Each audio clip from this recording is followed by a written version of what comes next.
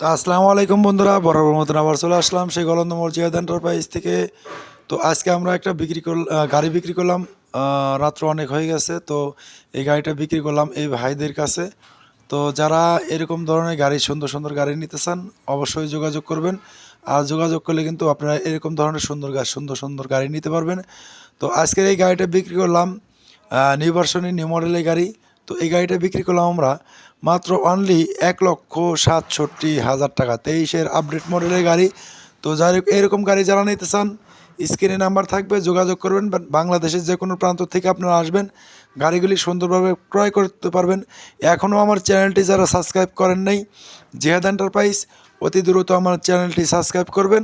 সবার আগে নতুন নতুন আপডেট ভিডিওগুলি আপনারা পেয়ে যাবেন।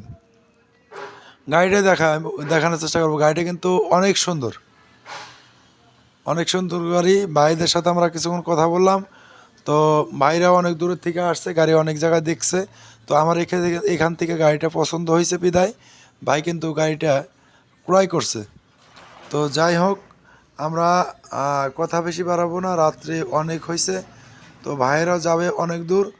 তো এরকম গাড়ি যারা নিতে চান, অবশ্যই যোগাযোগ করবেন। আমাদের এখানে আসার লোকেশন ফরিদপুর রাজবাড়ী গলন্দর মোড়। আর এই গলন্দর মোড়ে আসলে কিন্তু অনেক কম টাকায় অনেক ভালো মানের গাড়ি আপনারা পেয়ে যাবেন জিহাদ এন্টারপ্রাইজে। গাড়িটা দেখানোর চেষ্টা করব। গাড়িটা কিন্তু অনেক সুন্দর, মানে সুন্দর বললে ভুল হবে। তো অনেক সুন্দর গাড়ি। তো গাড়িটা কিন্তু একদম ফ্রেশ কন্ডিশন, কোনো ঝালাই নাই, স্পট নাই।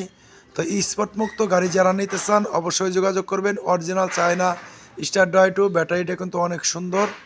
তো যারা এখনও আমার চ্যানেলটি সাবস্ক্রাইব করেন নাই, অতি দ্রুত আমার চ্যানেলটি সাবস্ক্রাইব করবেন। সবার আগে নতুন নতুন আপডেট ভিডিওগুলি আপনারা পেয়ে যাবেন। গাড়িটা, যাই হোক, আমরা অনেক কথাই বললাম। তো ভাইরাও কিন্তু আসছে অনেক দূরের থেকে। ভাইয়ের সাথে কথা বললাম, তো আমার একটু সাউন্ডে প্রবলেম হয়েছিল বিধায় কিন্তু নেক্সট টাইমে আমি কিন্তু পরবর্তীতে আবার সাউন্ডটাও দিলাম। ভাইয়ের সাথে আমি অনেকক্ষণ কথা বলছি, তো সেই কথাগুলি কিন্তু ওঠে নাই। তো যাই হোক, মাহুতের সমস্যার কারণে হোক আর যেভাবেই হোক মিস্টেক হয়েছে, সেই জন্য আমি দুঃখিত। সবাই ভালো থাকবেন, সুস্থ থাকবেন। আল্লাহ হাফেজ।